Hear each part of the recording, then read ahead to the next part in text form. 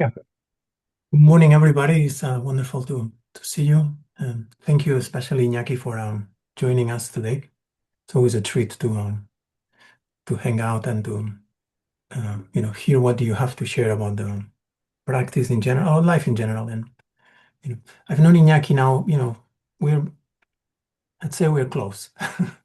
We have spent a lot of time together, up and down, and it's nice when you see somebody who is all around a fantastic person, and not only talking about spirituality and practice, but how they deal day to day with their family, their job, the day to day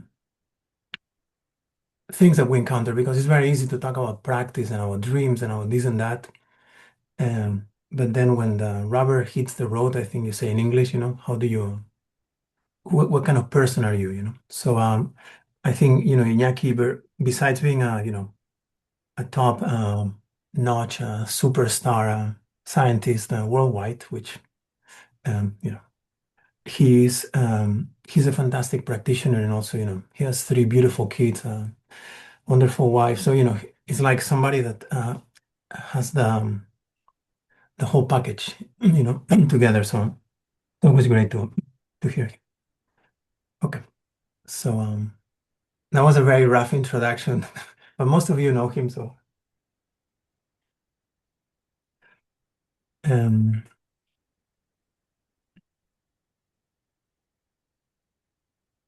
so we're going to be today's our last meeting for this cycle of teachings before we go of meetings before we go to meet in Sardinia, most of you.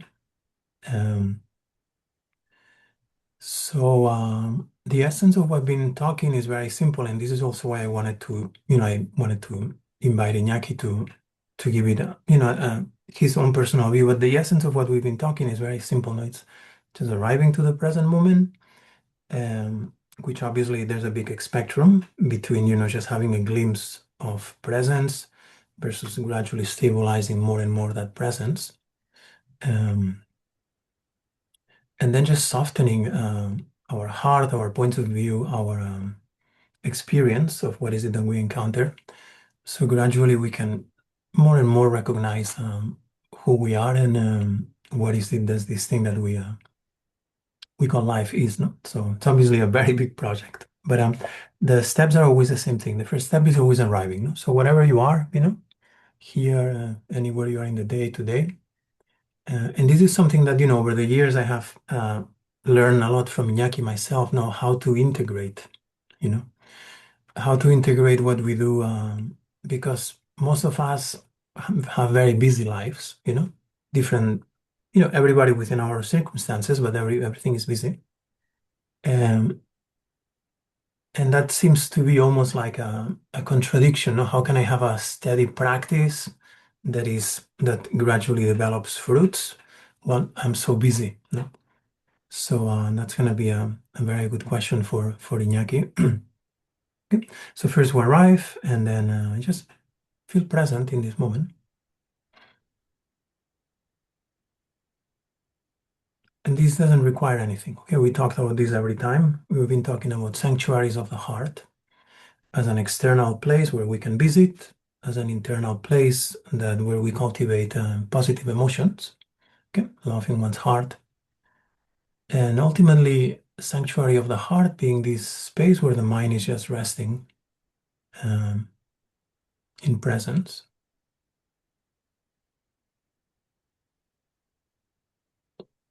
and then softening. Okay, within that state of presence, we soften.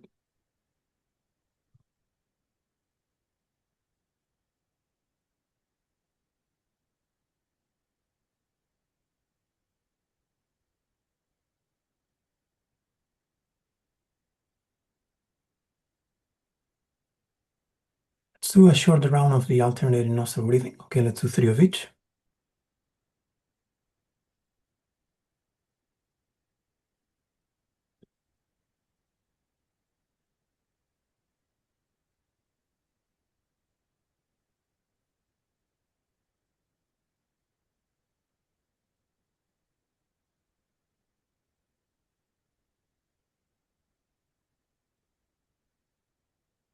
The purpose of this is to keep polishing keep softening this state of presence.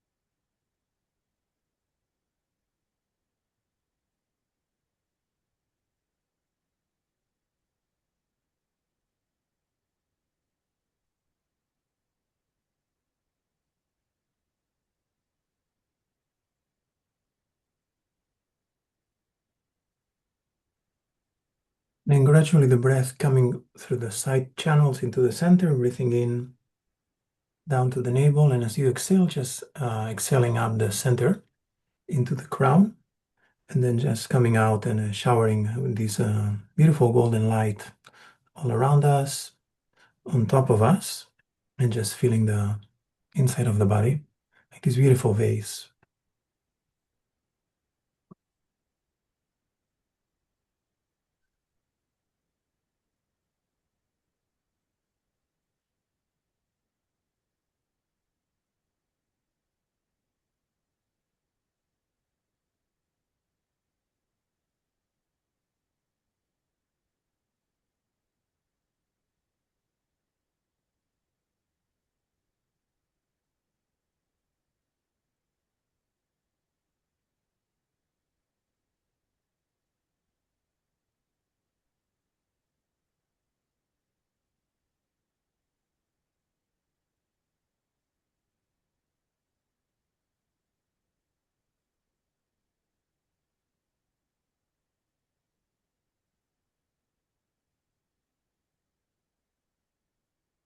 And then in this state of just the mind being calmer, you can notice how quickly, just within a few breaths, the mind is so much more settled, more spacious.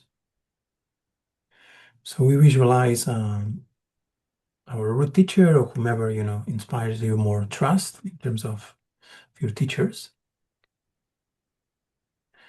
and above in the sky. And from our heart, we activate this longing prayer, this profound desire, where we call it going for refuge to the sublime teachers who have realized full awakening and unconditional love, to the teachings to realize full awakening and unconditional love, and to all those ahead of me on the path to realize full awakening and unconditional love. We go for refuge until full awakening. By the merit of practicing the six great virtues, generosity, discipline, patience, joyful effort, awareness, and wisdom, may we attain full awakening for the sake of all beings. So we feel the presence, the blessings of the teacher, of the lineage, whomever is your teacher, your lineage, uh, outside. And we feel how we connect, we experience ourselves inside of the heart of the teacher, and the energy, the awareness of the teacher comes to our heart, and it's experienced also in our heart.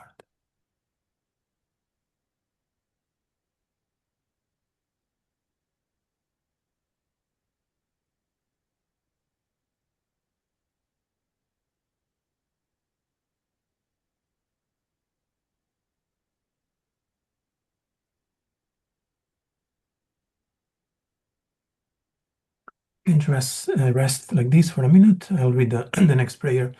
May all Mother sentient beings, boundless as the sky, have happiness and the causes of happiness.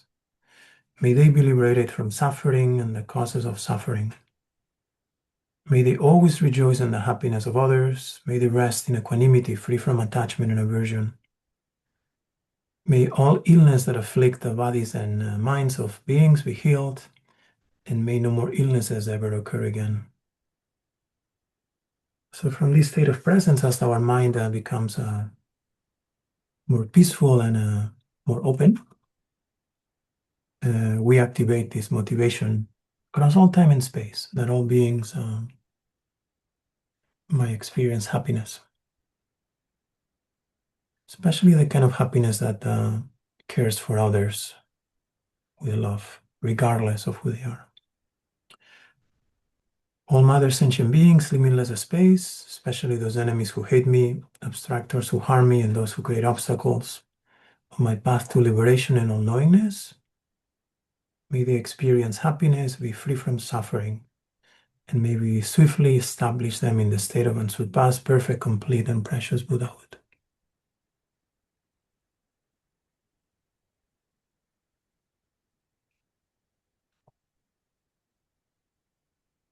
And then we can chant the five element mantra 3 times.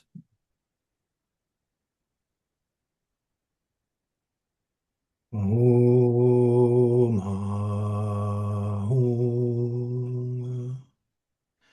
Eyam Kaham Ram Lam Shodhe Shodhe Ah.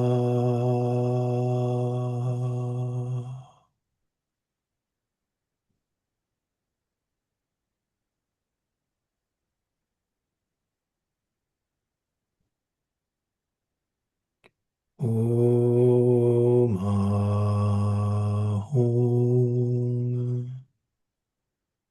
Eyam Kaham Ram Lam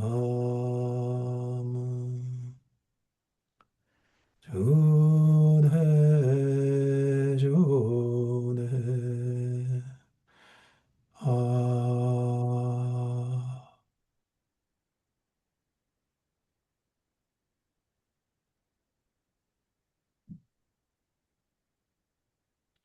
Once more. Om Ahum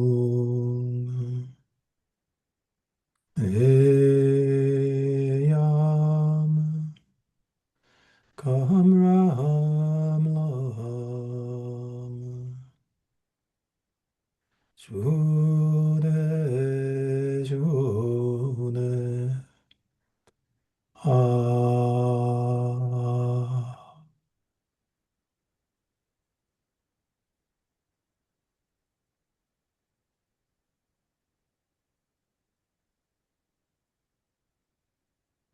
We just rest for a minute. Ah, ah, just softens the mind in this state again of finer and finer states of presence. So we just rest there for a minute.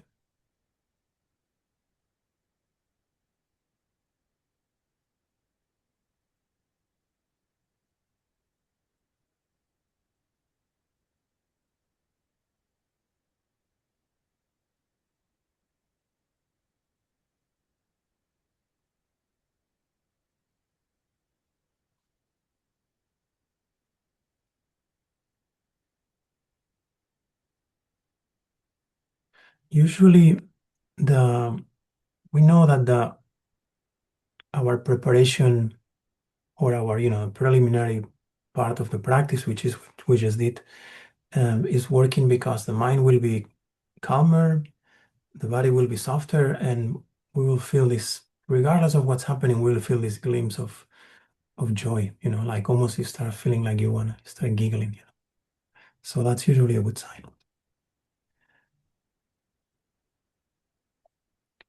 Awesome. So thank you so much, Iñaki, for being here. And Thanks a cuéntanos. lot for the invitation. Yeah, it's all yours, whatever you. Yeah, thanks a lot also for inviting me to go to Sardinia.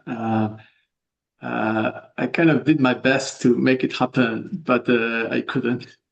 It was like I had to do some try to change my talk. I had to give a talk in Stockholm exactly at the same time, and then I had like 1 day extra and said, well, perhaps I can fly to Sardinia for 1 day and then go back the next day. The flight connections were so bad. Well, I tried very hard, but it wasn't possible. But well, in any case, thank you for inviting me so that at least we can have a chat today. I know I would say like half of you probably know from the last trips to Spain that I've been able to join. Um, and thanks a lot for the introductory practice. I love it. It was really beautiful, and you're a very good singer, man.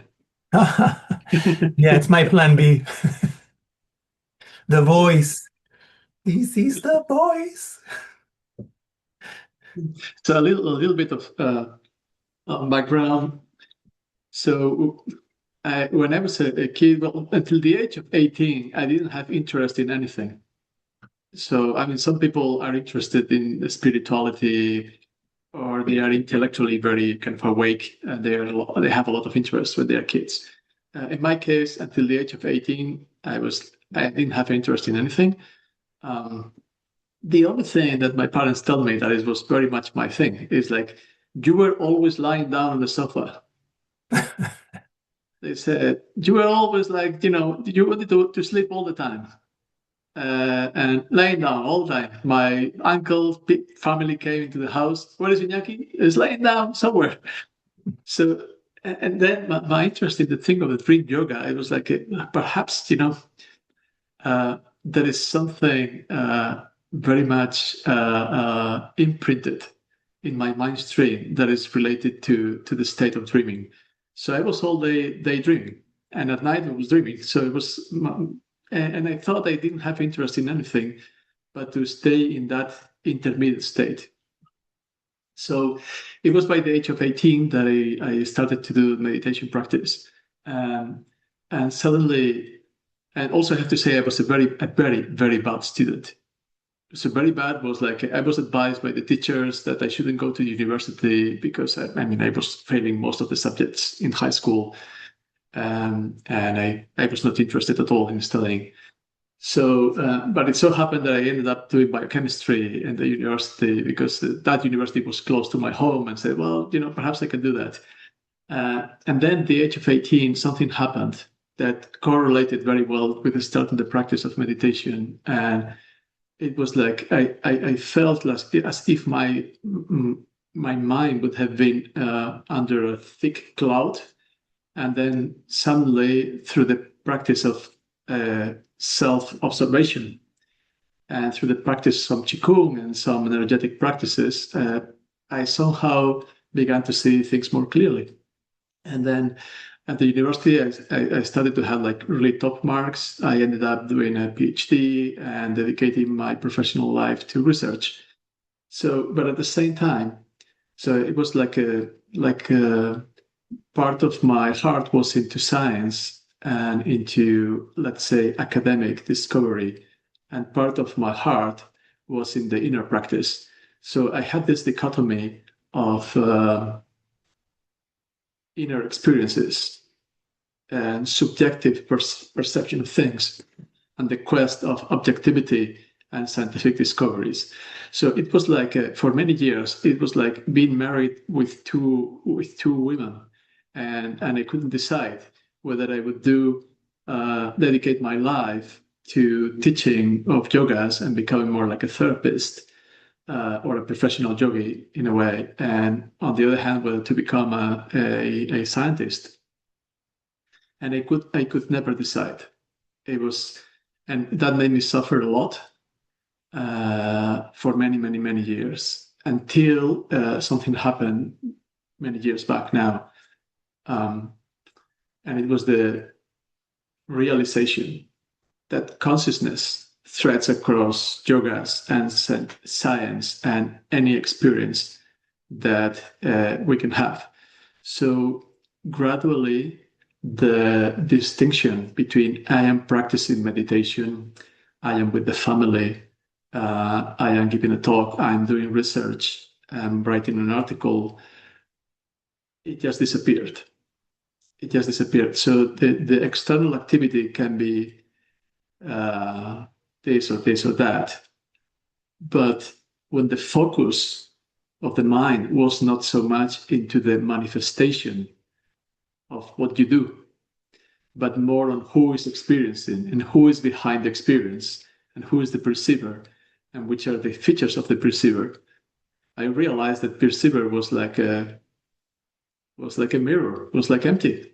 So it can reflect many things, but it itself is something that has no.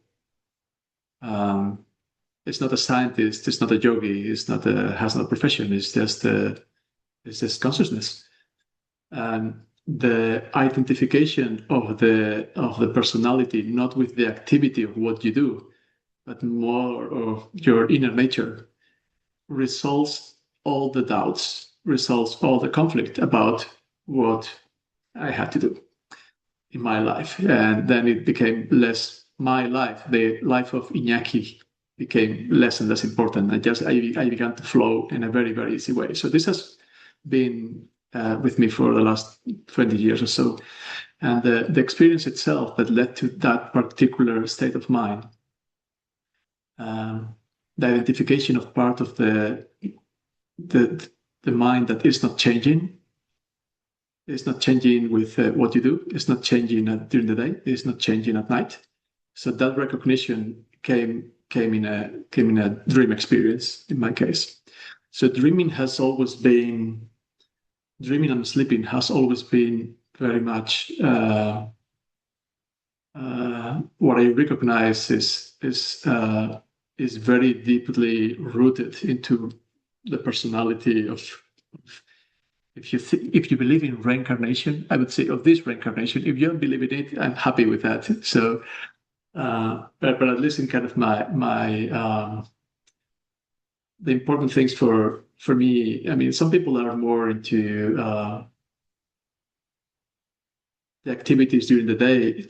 For me, the activities of the night and dreaming. During the day, I was interested in like, okay, what's going to happen tonight? So I began to have a lot of experiences that you have heard about lucid dreaming. How many of you can you say like this have had a lucid dream or a kind of that kind of experience? Okay, some of you have. So it's a state of mind in which you recognize you're dreaming, you're aware you're dreaming, but at the same time, you have a complete recall of who you are in the waking life. You have a complete recognition that your body is sleeping and that you are fully awake in the space of your mind. And the possibilities of the things that can be experienced in that state are unlimited. And the limit is just the limit of what you think is possible or not. You can do practice in that state, and that state is incredible because you don't have a flesh body. What you have is a dream body. And even you can practice being consciousness without a body. You can transform your perception of things, of your own reality. You can practice, you can meet teachers. You can go with Farhan to India or whatever. I've been doing this many times. We've been traveling both in the waking state and in the dream state. So there's many things that can be done. And so I was very much into, for many years, into these experiences. Inducing lucidity, initially to have fun. You can fly, you can do incredible things. Travel, you can go to places you always wanted to be, meet with some teachers, do some energy practices that are incredibly powerful. So in a way, practicing things that look like very special. After a while of doing this kind of things, and I had these dream diaries, and I was writing every day. Initially, you may recall a dream, you remember some things, but if you put attention into the dream state and the content of the dream, then you gradually, in your dream diary, you will start writing a lot of things. So for me, it was like a 1 hour writing. I could write like 10 pages every morning, and it was like unpractical because it was like having multiple lives, at night, having multiple dreams, being different persons. Um, and then it was like, well, I cannot spend the whole waking day writing the dreams at night. So I stopped uh, uh, being so interested in experiences. And gradually, the practice of the dreaming became a practice of not more so much the content of the dream, but who is dreaming, and which is the consciousness that threads across the different states of being, which is basically our waking life. We can say it's the dream state, but also the deep sleep state in which the individuality is gone. But there is something that remains. So when Ferran asked me to join you, I was like, what shall I say? And he said, well, you just share and you just talk a little bit. And I don't know what which is more your interest. Shall we? I mean, I'm here 100% for you. Do you think it's going to be useful? Like, for instance, we can go through which are the preliminary practices that will increase the likelihood of developing dream yoga and lucid dreaming. We can also revise practices and how to enter into a dream state. Because sometimes we don't enter lucidity, but something has happened because when we wake up, it's not only about the content of the dreams, it's how we feel. And sometimes you wake up and you feel, oh, the heart is open. I feel very calm. Something has happened that perhaps the ego doesn't have access to that, but something has happened independent of the ego. Because this is one important teaching is that what happens in the dream state, and there is many things going on that are independent of the ego. So some things can be experienced without us realizing. So it's like, for instance, you go to bed with a conflict or a problem, and then when you wake up, you suddenly, things are more clear and you have a solution. You don't remember what has happened, but you went to the dream state or to the sleep state with an intention, and something has happened that conflict, that problem was resolved. So this is one important thing for the dream practice, and it's before you go to sleep to do a kind of a dream command or to send a wish or an intention about what we would like to happen that night. And the more we train the power of intent or the power of intention, the more the dream yoga will develop. So the power of intention is absolutely essential for the dream yoga because some meditative practices, some qigong, some tai chi, they are more yang practice. So if you practice, you see the effect of the practice. You feel the light, the opening the heart, and then you see after the practice, you feel calm, you feel really good, and that you have created it through the practice. Now, in dream state, it doesn't work that way. It is not controllable in a way that is not something that you say, well, today we'll dream this or that, and then you dream it. It's more like it's a yin practice. It's a more like passive practice in which we put the conditions. So we have our field, and then you plant the seed, and then you put some compost, and then you put some water, and then you hope the seed will lead to a plant. Here's the same thing. You can prepare the conditions, and these things will happen or not. but every day we have a new opportunity. So the one thing to recognize is this dream yoga requires patience and perseverance because it's a gym practice. It's a practice that we don't control as we do with other practices that are done in waking life. So, so the practice of induction of the Hey, lucid dreaming Iñaki, is can I yeah. stop you here for a moment? Uh, Go ahead. So I'm just yeah, I just I before would we even go, prefer if you go for questions answers. yeah, It's easy because I mean I can talk for hours about this, no, but I would like to align this with your interests. So please. no, I mean everything you're saying is fascinating. I just wanna, I, th- I would like you to say a few words about. I think in a way that even though we have inherited the title of it as Dream Yoga, I think in a way it kind of almost it almost disregards the importance of the actual day. Like you were just talking about preparing the conditions. So I just wanted you to see if you can, share something about how, by the time we reach, the time we're gonna go to bed, to the time we're gonna take a nap, we've been like so many hours, so many days, so many months in an inertia. Earlier you mentioned something about the identification, how at some point in the past, you realized, or there was a switch in how you perceive the identification of the personality. How much of our personality, our identification with our problems, with this body, with the whole, all the challenges we have, all the problems, is creating this inertia that is almost like suppressing our potential for then, it's almost like the conditions we're putting, it Sure. almost Sure. reverse. Yeah. The thing actually I was going a little bit in this direction. The thing is,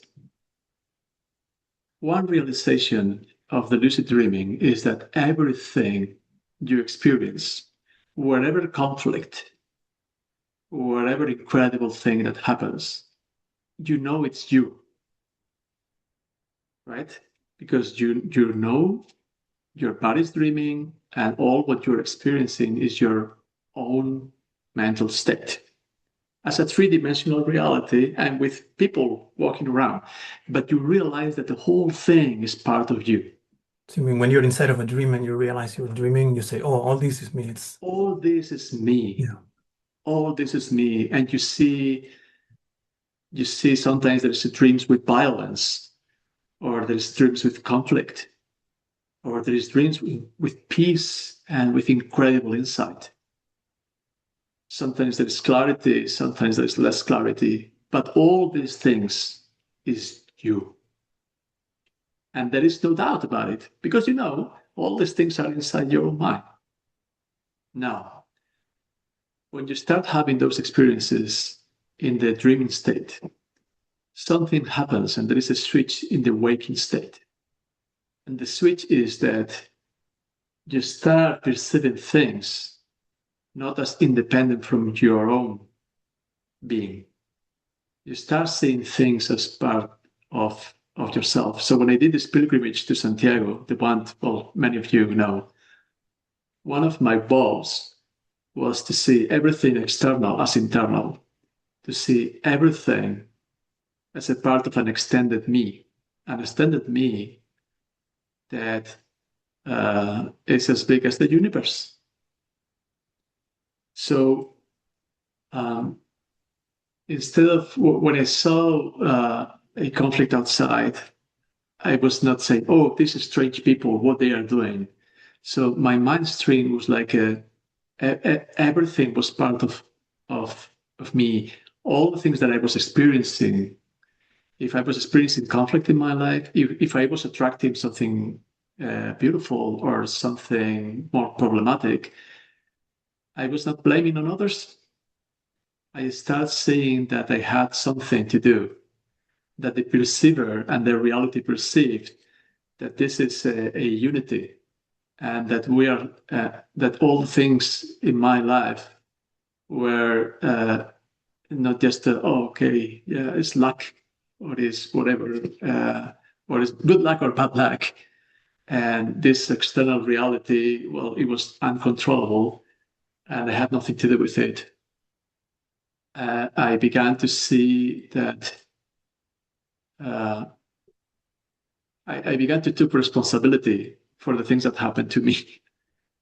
So in a way, if and I began to identify in my own karmic traces or my own personality some limitations, and limitations there were many. So one of them, it was like I thought I was not worth being loved. So I got in love with girls that were unreachable. Why? Because I was projecting that no one can love me. So I was always falling in love in impossible girls that didn't like me at all, just to reinforce my projection that nobody loved me. So when that changed, then suddenly my whole life in terms of relationship changed a lot. The same happened with science. I was such a bad student that I always thought that I was half stupid. Um, and then when I began to realize that my own perception of things, my own definition of myself was creating my reality in a way. And that came out of the dream yoga, because in the dream yoga, you are so sure. Because in the waking life, you don't know. You say, well, this is, oh, all these external things are so overwhelming. How can it be that it has something to do with me? So out of the dream yoga and the dreaming and the lucid dreaming, you realize that you are the whole world you experience. Now, it can happen that in waking life, uh, the whole world that you experience, you relate to you. Not as an egoistic thing. It's more like a expansion of your identity.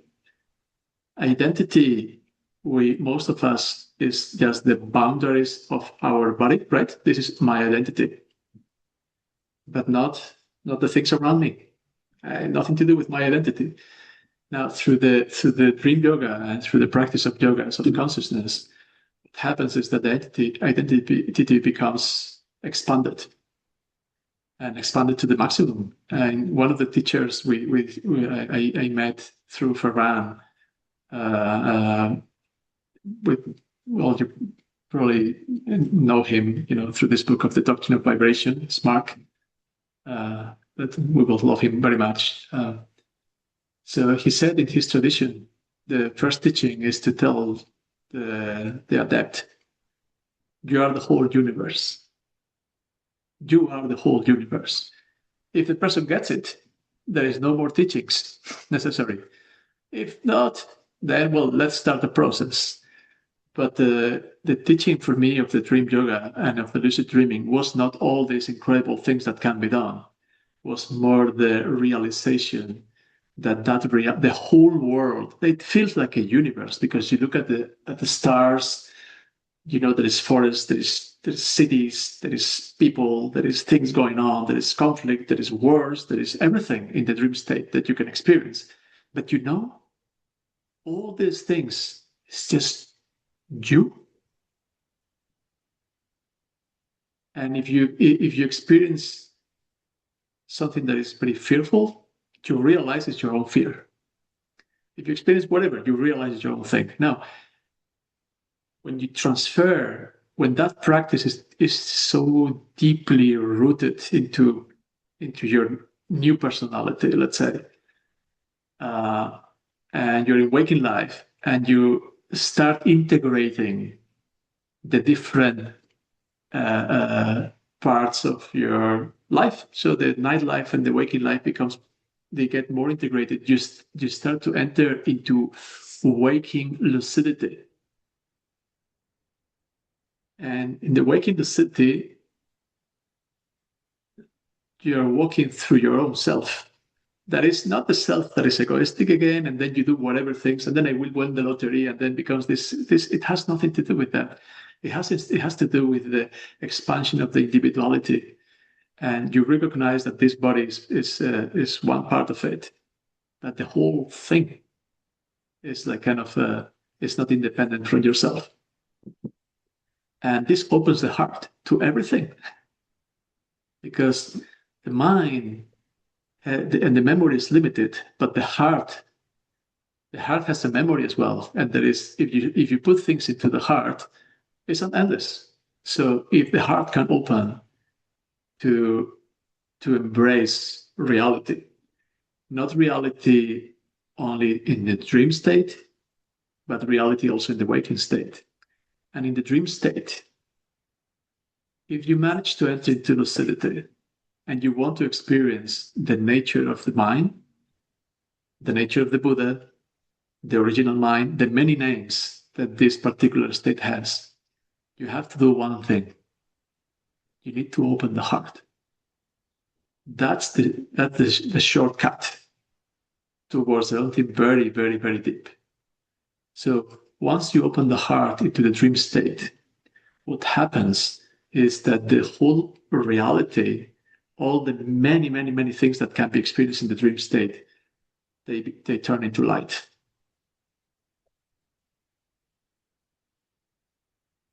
Pregunta. So what does it like? I actually have three questions all in once. So does to open the heart, does it mean to experience love for others? What does it mean exactly to open the heart? Yeah. And how do you Yeah. open? So then two questions like a lot of these terms that we're using might be a bit foreign, or if I'm a devout Christian or devout Catholic, does all this, is this somehow cultural or religious? It's not cultural. No, no, no. It's the unconditional love. And religious figures or religious beliefs, they give form or shape to things that will inspire and will allow us to open the heart. And what is opening the heart? Opening the heart is to feel unconditional love without direction. It's just it's just love in capital letters. It's something when you feel in love, not only I mean, you feel in love with somebody is what consciousness does to us as a training on how the divine love feels. Um, when that unconditional love opens the heart, and it kind of the feeling is of like a breaking the heart and making it incredibly big, like a bomb. Um, it's basically the feeling of being in love with reality and being like transformed into a constant feeling of love, of living out of the heart. And that happened to me in a dream state. And when I woke up, I was in a state of being in love, not with somebody, but with every perception, with everything that happened. You could see a contaminating car, you could see whatever conflict in whatever place, and it was all beautiful. It was all kind of perfect. The yin and yang chasing each other, the whole dynamics of the reality of peace and conflict, of light and darkness, everything could be part of the heart because the heart has something that is able to accept the opposite poles. So we are searching for light and we kind of reject the some darker places. And this is something, no, I don't want to see, I don't want to see that. Through heart, you open to unity in a way. And what I mean with opening the heart is feeling love in a way that your own individuality disappears. Feeling love in a way that is like an atomic bomb that will open you to all reality. And then, when the individuality disappears, then it has to be formed again, because otherwise there is no way to operate in this life. Because this life works with the you and the me, right? Um, but it comes with a kind of a recognition that love is the path, and even at the moment of passing away or the moment of the final, trip in our life, which is to transcendence. If at that moment we open the heart and we are able to experience love, no need to do complicated practices. That's the one that will bring us to our own inner nature that is not personal, and it's just universal love. And that's something, I mean, this is not out of the book. One thing I would like to share, this is not out of books. It is something that, at least in my case, it has been learned through the practice of the dream yoga, and it has unfolded. So if you start like dissecting the different elements of the reality, the perception, the perceiver, the all the means of perception, gradually the dreams become less and less rich in content, and they become more and more like being in a place that is empty of things, just more pure consciousness. But I realized that I was many, many times in a state of dreaming without anything, just all black. It was like, well, this should be like the base of the mind, because there is no shapes, there is no perception, it's just me. But then at that state, if love is awakened, then darkness becomes light, and the individual that is perceiving a particular reality, they fuse. The perceiver and the perception, they fuse. And once they fuse, there is nobody remembering anything. But the glue that brings together different parts of reality, even the opposite realities, is love. And this is, we know this is our training with our couples, and in our life we become in love with somebody, and love is the glue of the family, of the couple that are together, of the people you love. But imagine that glue and imagine that love to expand, to expand, to expand. So that's, in my experience, that was the path of realizing something very deep, and something even it's not realizing, because the thing is that once the perceiver is fused into that,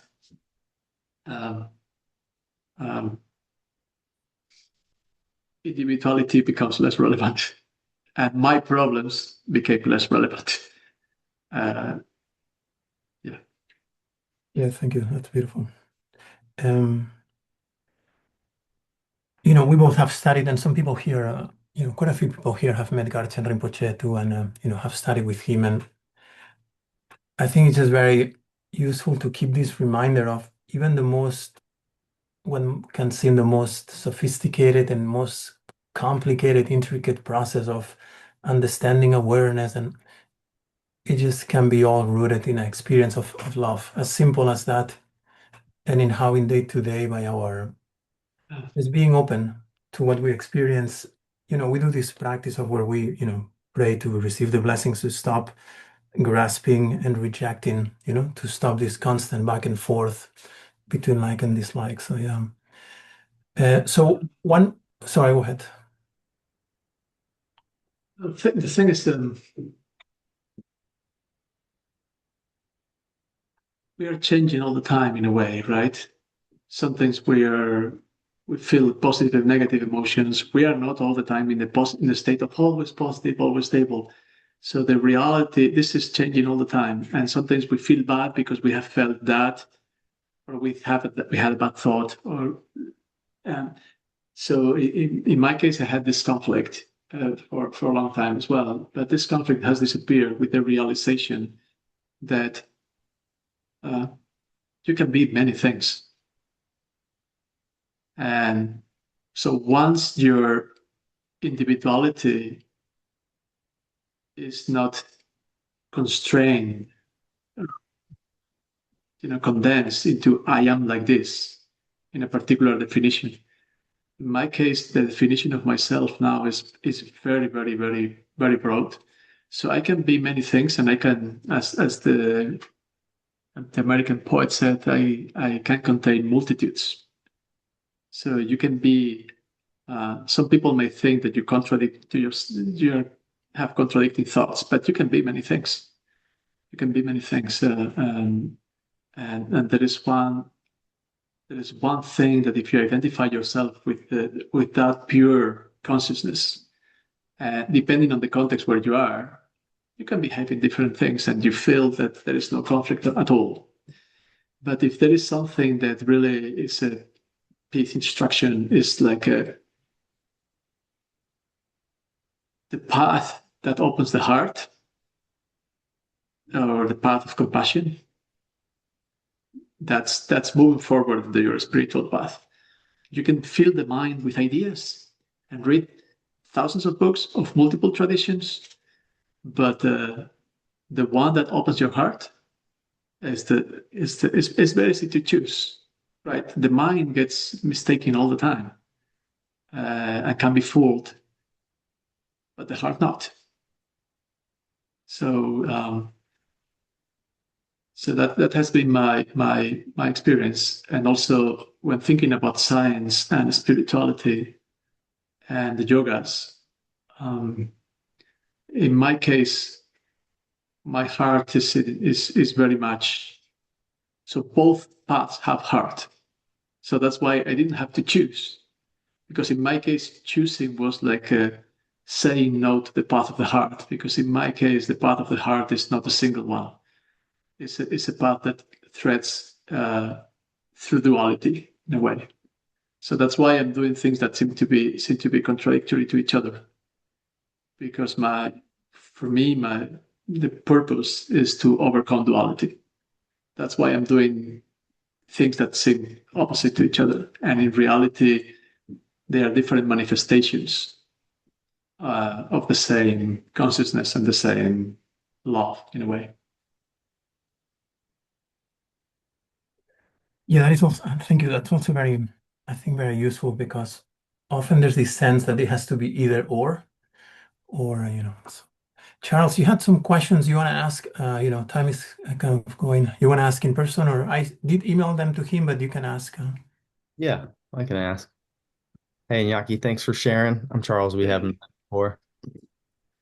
But yeah, you touched on, some of it already, but I was basically just curious, um, on kind of, the beginning stages on how to like establish lucidity. And I know you mentioned opening the heart and whatnot and kind of doing the dream yeah, journal like that, but how to really establish that.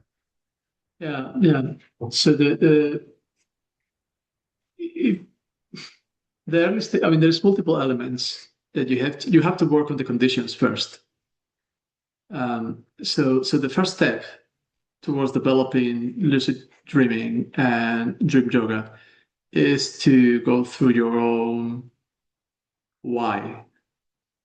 So why do you want to invest time into the dream yoga or the lucid dreaming? Which is your motivation?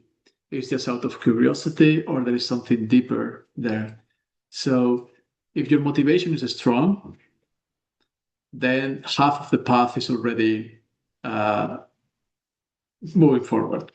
Now, once it is clear for you why you want to do this, because the thing is that motivation is key, right? If it is just a curiosity, oh, some people talk about it. I would like to experience it, as if I would like to go to Thailand or to whatever place, and then as a tourist, will not have a strong thing, a fuel, like a good petrol to develop the practice. So, but the motivation is deep, and you just recognize this is something that belongs to you, and you would like to extract all the juice to this life, and to really understand what's behind myself and the reality I experience.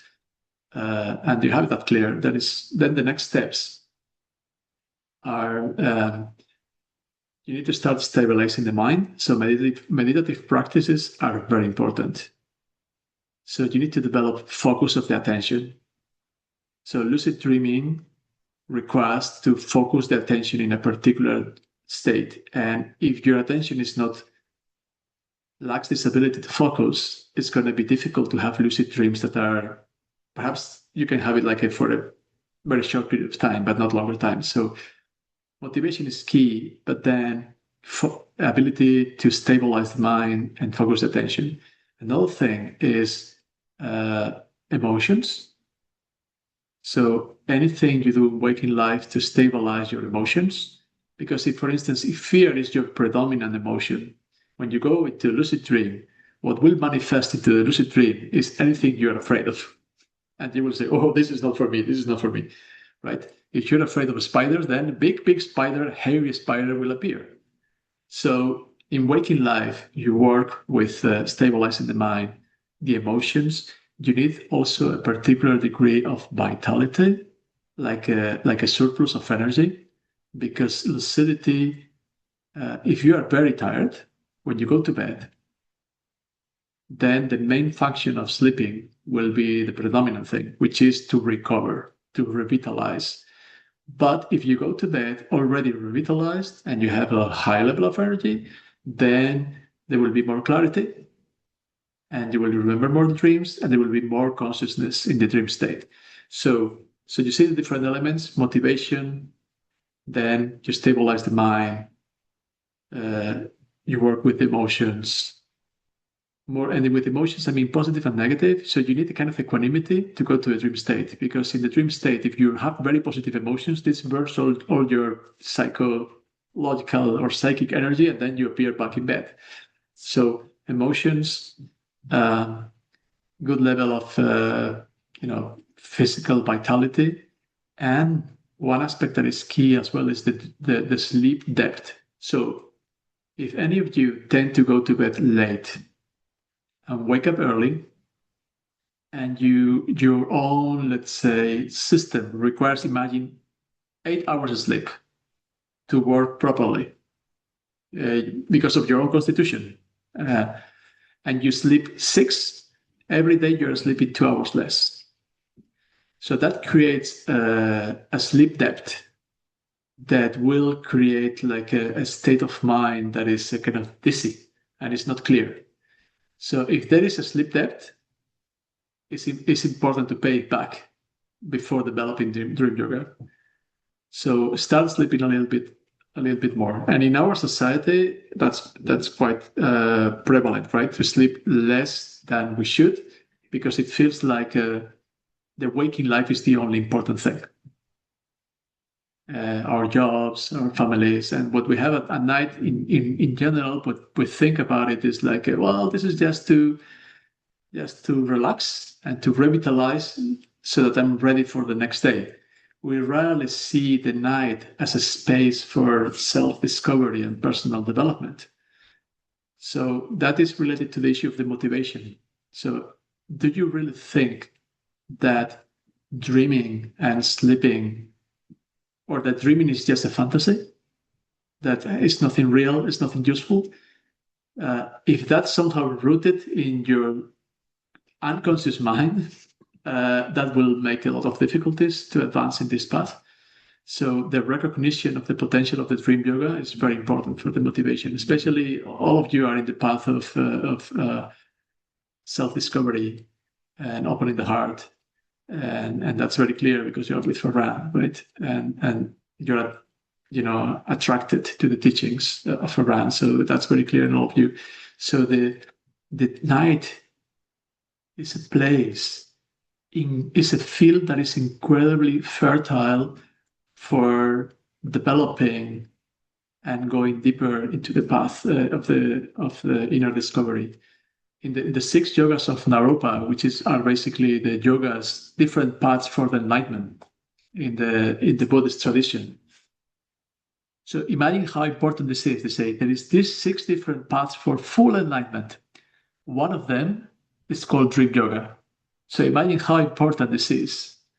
So again, going back to the question, is the motivation, that recognition of the potential of that state, and cultivating that is really important. And then you go to the details, which is mental, emotional, physical aspects, and also to have a good level of vitality through sleeping the right number of hours. Now, once you have this, you don't have to this complete to start practicing the dream yoga practice. So these are the elements that you just have to start working on them, and it's a long path. It's not something that you work in 1 week. You get all of this. No, it's like it takes some time. So once you consider that these are the elements that if one of them is very deficient, will be an obstacle. So you have to start working on those.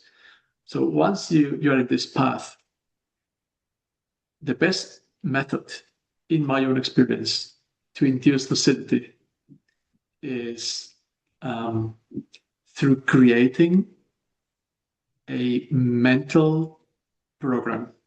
What do I mean with this? So imagine during the day, you experience something that affected you. For whatever reason, it was like, oh, it was very impactful. Very likely that that night you will have dreams related to that. Now, or if something happens in your, you have a recurrent thought, or there's a topic that worries you, it's very likely that at night you dream about something related to that. Now, using the same principle, you can say every now and then in waking life, you could just stop a little bit and say, this is a dream I am dreaming. This is a dream I am dreaming. And then you do a reality check. A reality check can be many things, just to make sure that you're either in the waking life or in the dream. A reality check can be as simple as to try to do this, If you try to do this now, let's do it all, everybody. Can you go through can your finger go through the palm of your hand? No, right? In the dream state, you can do it. And in the dream state will be like, and you're like, what? And then you realize that hand is a dream hand. And that finger is a dream finger. So that's going to be a very simple reality check you can do, that nobody will realize you are doing it, right? So every now and then, during the day, right now, you can say, is this a dream I'm dreaming? Do you seriously consider this? You seriously consider this? And you realize for a second that this could be a dream. And now you do your reality check. Reality check is to be on the safe side. Because most of us recognize, okay, we're so much accustomed to this reality, the physical reality. The walls are very stable and the floor is solid and everything, right? But in any case, reality checks is something has to be sure. But then you do that, imagine you do that once a day. But if you do that, imagine 10 times a day, because you are so interested in the dream yoga and the lucid dreaming. I tell you, in less than 1 week, if you practice this, it takes like 5 seconds. Like 5 seconds. You do this. This is a dream. I'm dreaming. You do your reality check. Many times. Not in an obsessive way, like a mantra, right? But more, you continue with your life and you forget about it. And then comes again to your mind your let's say, your dream yoga practice during the day. And then you do your practice. So now the next night or 2 nights, 3 nights, as you have created a program in your mind stream during the day, that is like, during the day is like once, twice, you create this reality check, this is a dream I am dreaming. A day comes that you are dreaming, and then that program opens, and you say, this is a dream I'm dreaming, and then you're like, this is a dream I'm dreaming. You do your reality check, and then suddenly, I am conscious in a dream. Now, when that happens the first time, very frequently, you feel so incredible that you got it, you managed to do it, that suddenly you wake up in bed. And then you say, oh shit, I got it. I was there, but then I escaped. Why? Because as I told you, positive emotions or negative emotions, they burn a lot of psychic energy. So they consume all your surplus of energy and you go back to bed. Now, this is a great achievement by itself. Next time when that happens, you continue with your practice. And then next time, you will say, okay, next time, I will do that. I will recognize I'm dreaming, and I will stay in the dream, and I will start exploring. So a way to stabilize lucid dreaming is to keep on doing things and focusing the attention on things in the dream state, because it's very easy to lose focus. So important to have then, once you enter into a lucid state, to have mental and emotional stability, because this what maintains the structure of the reality that you're perceiving. And then there is a pull path of things that can be done. In the tradition, they say, well, once you stabilize lucidity, you start changing the reality. You start doing things to heal your negative emotions, to heal your traumas, to heal your phobias. So imagine you're in the lucid state, and this is an absolutely safe space. It's safe to imagine that you're afraid of snakes and you have a phobia of snakes, or you had a past trauma. That's something that you cannot even think about it because it was so hard. There you have a three-dimensional reality that is a safe space to start healing and start forgiving and start practicing things that you're afraid of, knowing that they cannot harm you. Because in the dream state, you realize that your body is a dream body. The whole reality is a dream reality.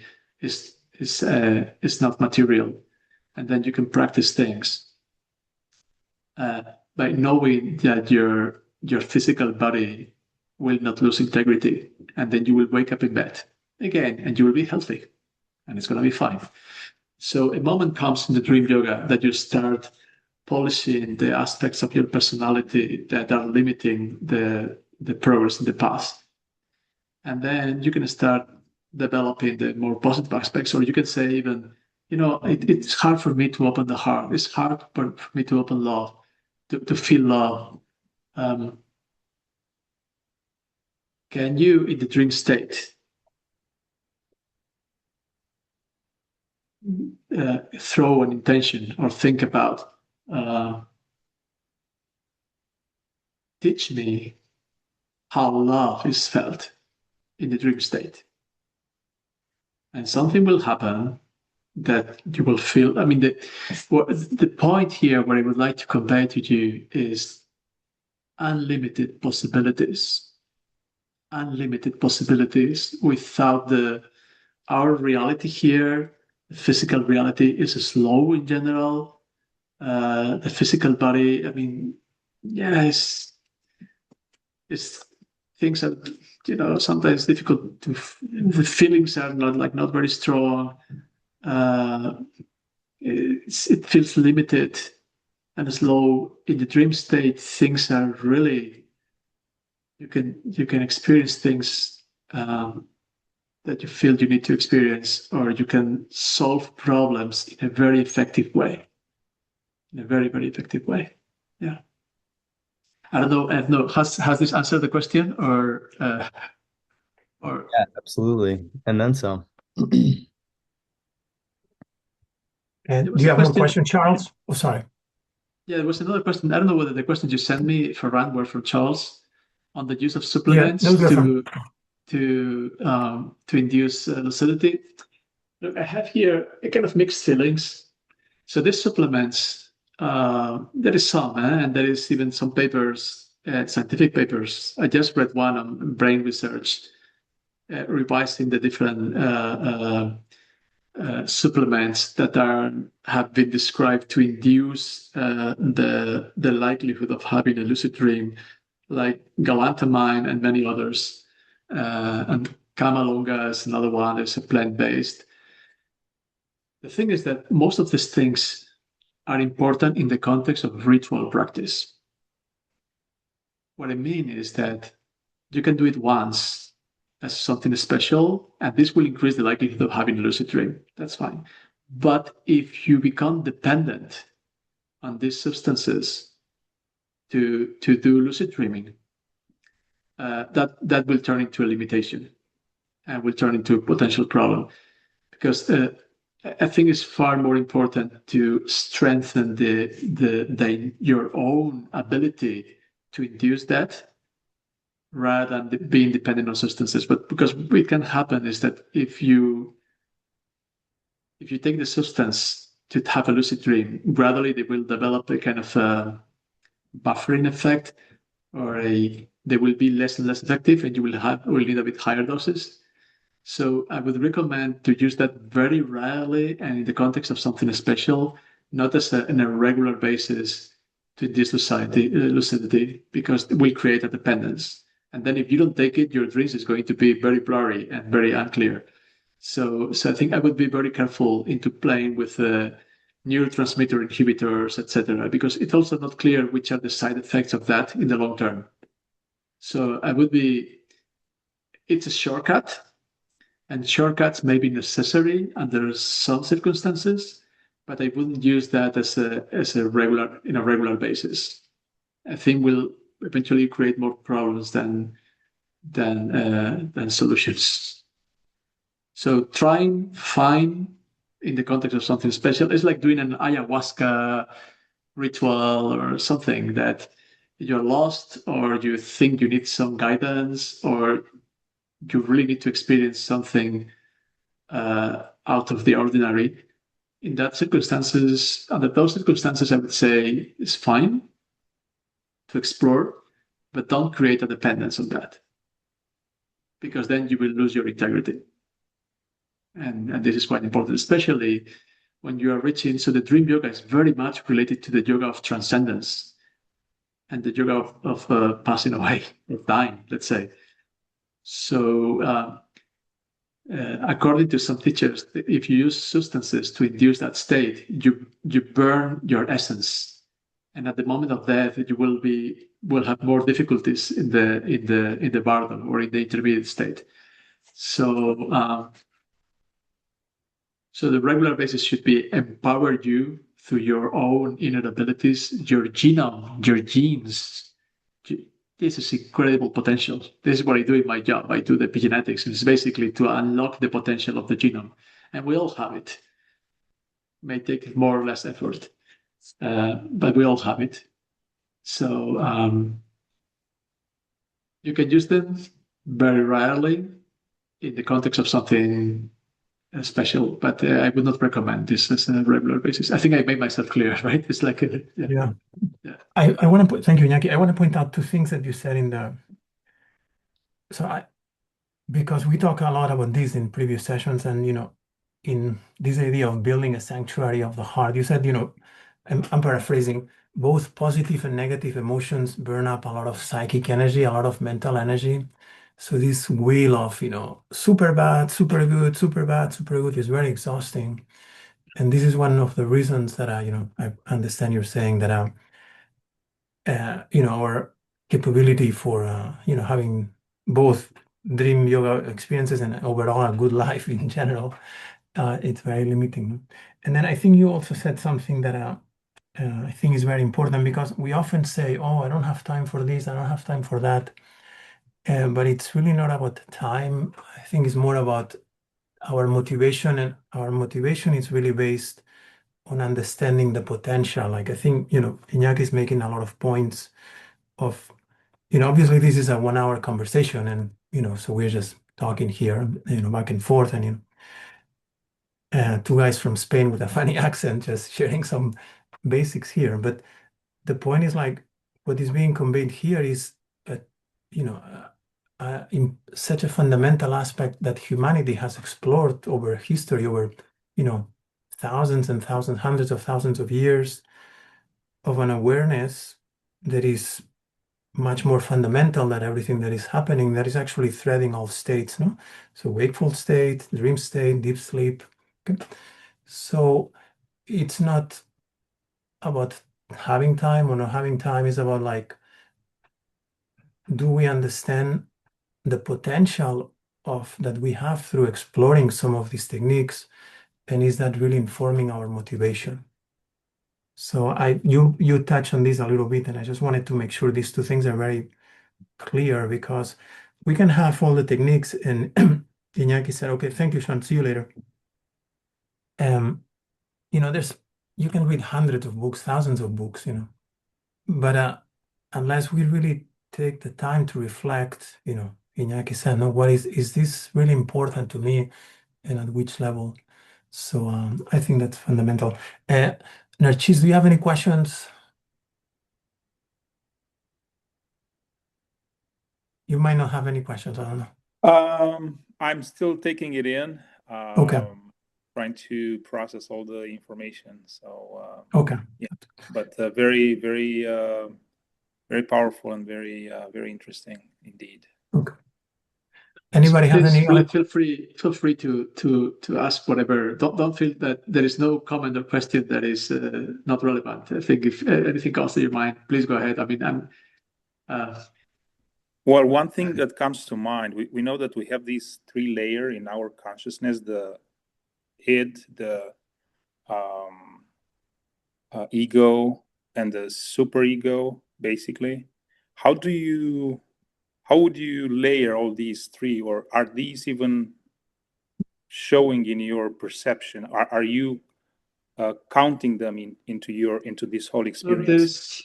I don't know so much to what you refer to. So there's multiple models of the mind and the consciousness, and ego, superego, conscious and conscious based consciousness. So different people from different traditions will probably talk about put different names to different perceptions.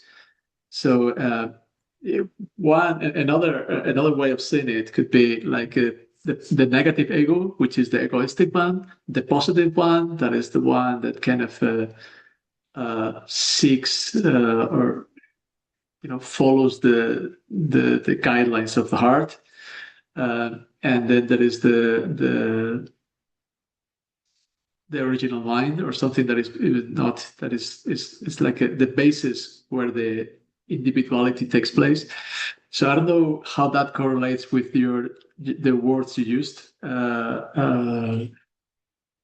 but again, I would know what to say. The superego, what it means, I don't know, because I mean that comes from a particular tradition that I'm not so acquainted with. But Okay, no, thank you. The thing is that when you read things, they come from people like us that probably have a greater insight than us, and they have put names to things. So we need to know beyond the names what they refer to.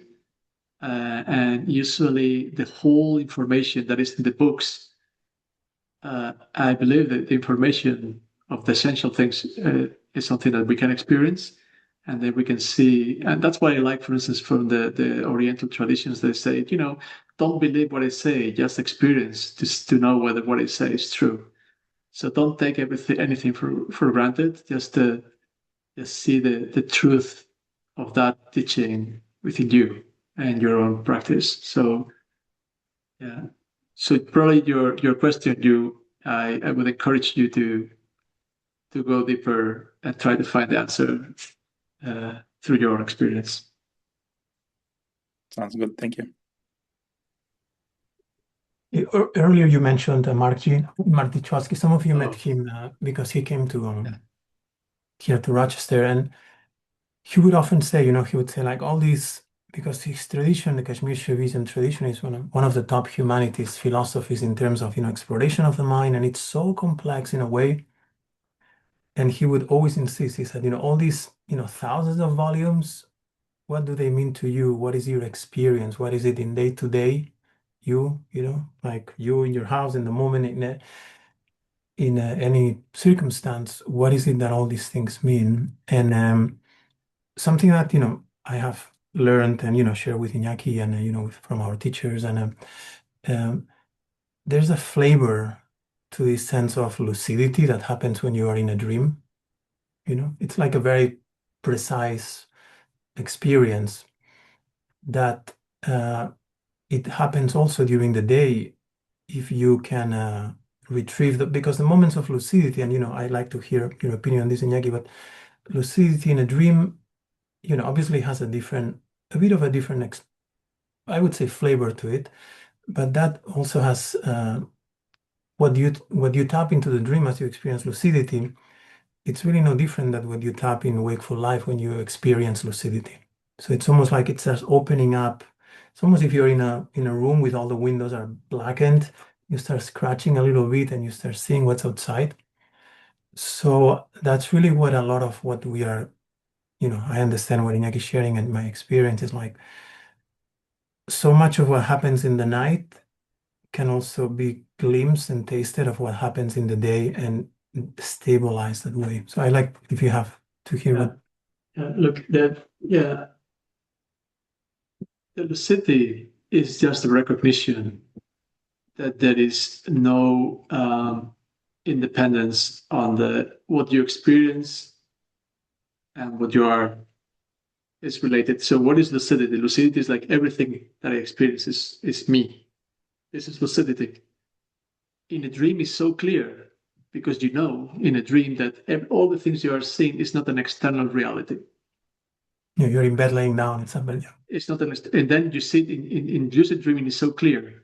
But the thing is that in waking lucidity, it's the same thing. Now, but the important thing is has different manifestations. In dreaming lucidity, the way you practice the dreaming lucidity is changing the reality. So, for instance, you enter a lucid state and you recognize everything is myself, and then you can create and destroy objects of reality. That's the way to practice it. So, for instance, you can transform your body into the body of an eagle and then feel how the eagle feels. That's part of the exercises you can do. You can create an object in your hand just by the pure intention of creating it. Just by feeling it in your hand, you create it. You can throw it away, or you can, and transform it into an elephant. I mean, you can do these things in dreaming, in the waking, let's say, in the dreaming lucidity. Now, it was frustrating to me that when I entered into lucidity in the waking state, I tried to do the same things. I tried to create reality and objects, and I couldn't.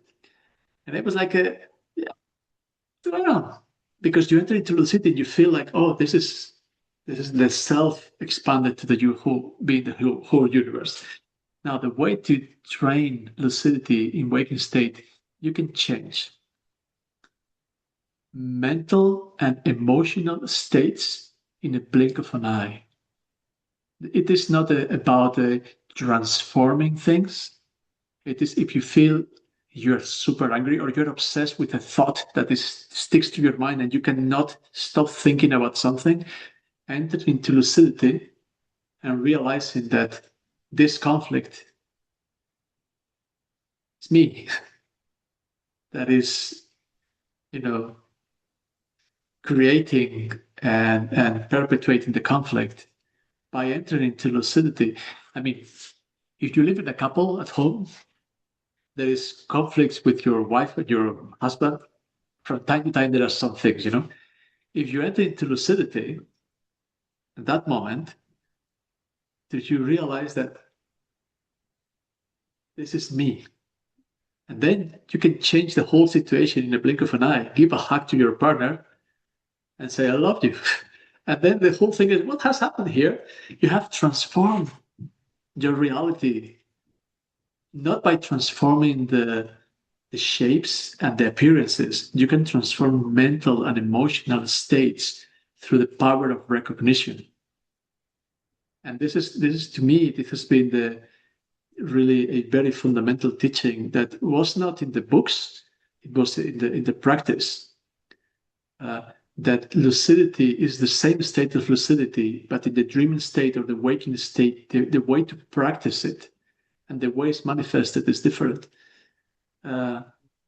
It's really incredible how you can change negative emotions just by the pure recognition that the negative emotion and the external, apparently external thing that has triggered the emotion. Well, this emotion is my emotion, is my reaction. You can change that immediately without a process. It's just through the pure recognition of your capacities. So this is, I don't know whether this is answering or is related to the question, but is the lucidity, I would say, is the same state. However, the way it's manifested and the way how to deal with it or to dwell in this lucidity and how to operate, the rules are different in waking and dreaming life. That's my experience. That's fantastic. Thank you. What can be transformed in the waking in the dream state. That's super good. Thank you. Very good. We're almost out of time. So I understand nobody has any questions. Was Jim having a question earlier? No? Okay. Can I ask one last question? Of course, yeah. So like once, things start to become a little bit more like, run through all these things, emotions are stable, energy is stable, sleep is good. How frequent, like, is this, you should be able to have a lucid dream like every night, or is it like? No, that depends. It depends. It depends a lot, and depends of your own motivation to do it. If you do regular practice to induce lucid dreaming, it can become every day or every other day, if you really are into it, or once a week. For me, it was something like every other day when I was practicing. I was putting a lot of attention into that. The other thing is that not all the dreams you have in one night, even if you are practicing this, will be lucid. There will be dreams that are also more ordinary.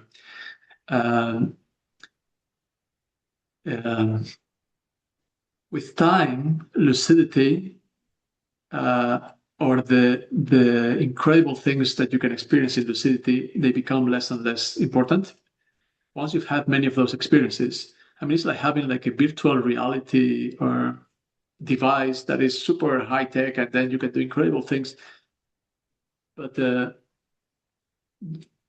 their experiences themselves are just, at least in my case, they stop being so relevant, and you start focusing the attention more in deeper aspects that are free of form.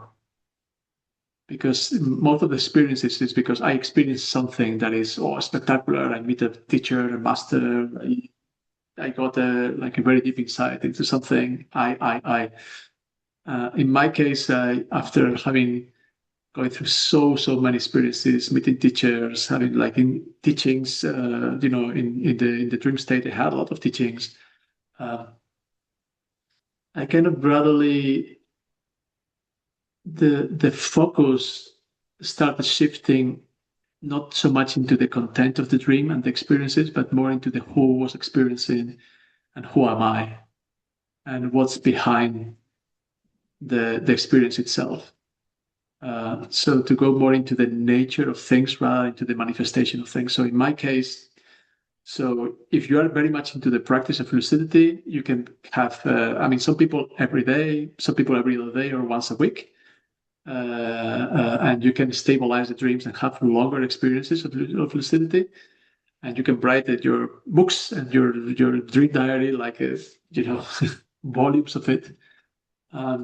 But if the practice advances, then the practitioner gradually has less interest into the manifestations of things and goes more into the nature of things.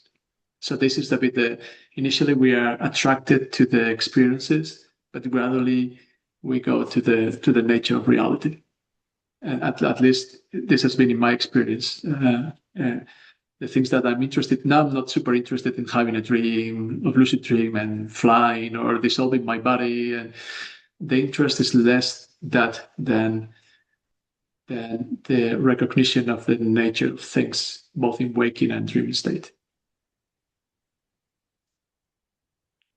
So one final, if anybody has to go, just go. But I just have a final question. I think Charles had asking in his first question. So I know your practice nowadays, Iñaki, is a bit different. So if you don't mind, like I know, for example, you just would, wake up and stay in bed and just in a state of, can you just talk about that versus being so, because Charles has asked, one of his questions was, well, how does your practice look like a day nowadays? So what is a bit the practice of the night for you? What is the practice of the early morning? Is If the that's okay, sure. practice is the practice of no practice. is the practice of recognition. It's not the practice of taking an hour to do something or to have a routine of practice. I don't have it. I don't have it anymore. It's dwelling in the practice itself is to try to dwell into the recognition of that constantly. If I'm going to a meeting and giving a talk, while giving a talk, I'm in that recognition and kind of feeling how articulate the words, the voice, but the recognition is in the base. I'm talking with a friend, I'm going to the toilet, I'm preparing lunch, I'm waking up. It's kind of the identification of the never changing aspect of the experience. So which is the aspect of experience that is constant in every single thing you do in your life? So this is the focus of my practice, not into the, my routine of practice. I have some, I do some physical things, but don't, I don't have a regular practice. It's more like bringing the practice to everything I do through the day. So the routines, the ordinary things, through that recognition, they become extraordinary. And things have become more like a one taste of things, that it's not like this is a special, this is extraordinary, this is ordinary. It has become all more stable. I don't know whether I'm answering the question. No, this is perfect. Yeah. Yeah. And I just wanted to. It's not very practical. It's not very practical in terms of the practice itself has transformed the subject to the moment, to the situation in which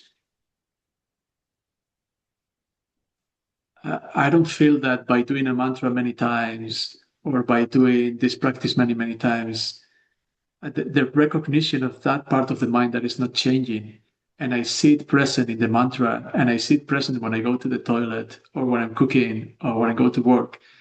I recognize that this is the focus. So, yeah. Thank you. It's an honest answer. Probably I should have said, yes, I do three hours of regular practice here, and I practice this this particular thing. But it has become so simple, and it's just the power of recognition and of that thing that never changed. The answer is perfect. I think that the key that it has become, through many years of, as you had said, many years of exploration and of practice and studying with many teachers, and for many years having more of a formal practice. Gradually, the formal practice has become a 24/7 goal, which is the goal. It has simplified itself to the maximum. It became very complex. I used to do like dark room retreats. When I was living in Germany, I sealed my room to spend like days in my room with food and without light. I did all kinds of crazy things, like spending months in retreat, really spending weekends like doing on-off meditating, dreaming. So I really did that very much. But the moment came in which all these things became not anymore relevant. Yeah. And it's more like collecting the fruits of the practice, and not to stick to the practice forever. The practice is aiming at bringing you to a particular mental state, or a state of being. Once you recognize that state of being, some practice you can do them because you like them and you're naturally drawn to them, but it does not feel necessary. Sometimes I do. Sometimes I kind of doing some mantra practice, and then I realize doing some mantra practice or thinking about somebody else is the same state, and it's the same recognition is there.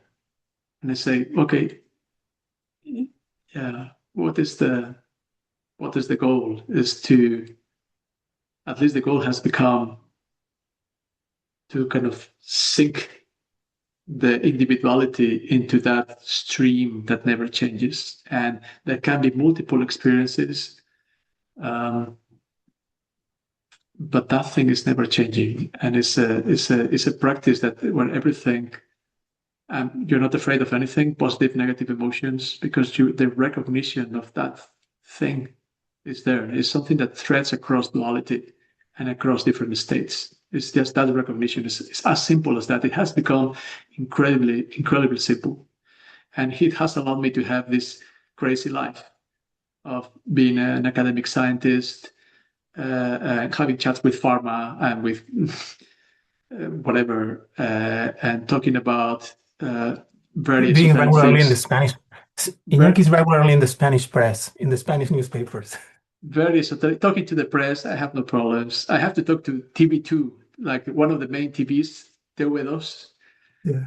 I have an interview next week, and it's like it's all fine. I'm even not nervous. It's like it's part. If it's okay, I just I'm not attached to it, and I'm not saying no. I'm just like whatever, I kind of flow with the reality. No way. That is awesome. All is Thank you so good. much. Thank you. So many pearls of wisdom. Okay, let's wrap it up so everybody can go have lunch. Let's read the dedication prayers. By the virtue of our practice, by the virtue of this meeting, of this insight, may the sublime awakened mind, the heart of unconditional love, arise where it has not arisen. Where it has arisen, may it never decline, but continue to grow forevermore. Great glorious teacher, grant your blessings so that our minds, the mind of myself and all beings without exception, turn to the teachings of awakening and unconditional love. Grant your blessings so that those teachings lead us to the path. Grant your blessings so that the path clears away confusion. Grant your blessings so that confusion may transform into wisdom. Whatever true joy and happiness there is, all comes from a mind that seeks to benefit others. Therefore, may all mother sentient beings, limitless space, have a mind of loving kindness. May self-grasping ignorance, the cause of all intolerable suffering that mother sentient beings, limitless space, must endure in the six realms, be fully pacified, and may all beings care for one another with altruistic compassion. By the merit of having practiced healing meditation, by the merit of this meeting, of this reflection, for the benefit of ourselves and all other beings, may all beings without exception be well and happy. May there be peace in all lands, prosperity in all households, and joy in all hearts across all time and space. And may all the motivation prayers made for the well-being of beings come to fruition. So let's just take just a few final seconds. Whatever insight, whatever joy, whatever beauty, whatever understanding we have experienced that, all this experience from a single blade of grass, from a single feeling to, the words, to everything that is happening in the world, it's ultimately an expression of our own being. So may through all that, may all beings be happy. And may we be able to integrate this in our day-to-day.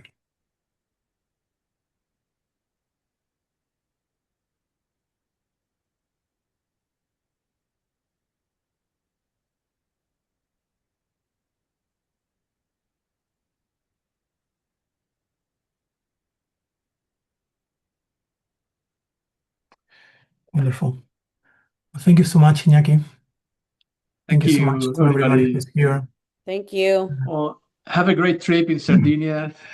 That's it will be amazing. I'll be with you with my intention. So because well, send me some pictures, Ferran, We'll please. send you some pictures. Thank you. Oh man. Well, hopefully next time you organize such a beautiful trip, I'll be able to join. Next time we'll check the dates before.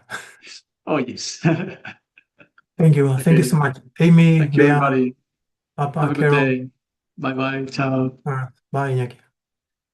Didi, Diane, Joanne, Linda, Mary, Kay. Today I get your name right. Melissa. Okay.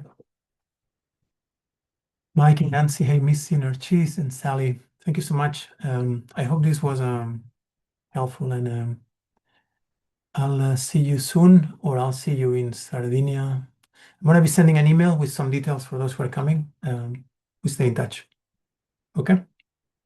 Or for those of you who are not coming to Sardinia, we'll continue in July finishing the text for the Tilopa's Wisdom, the Ganges Mahamudra. So you either continue reading the book if you want, or just get a copy. And a lot of the things that Iñaki was introducing, they were like, originally when we first had the first meeting for Dream Yoga, I had sent us a handout. A lot of the actual practical aspects are there too. So it's wonderful to see you. Big heart to all of you. Stay well. Ciao. Many thanks, Bram. You're welcome. Bye. Thank you.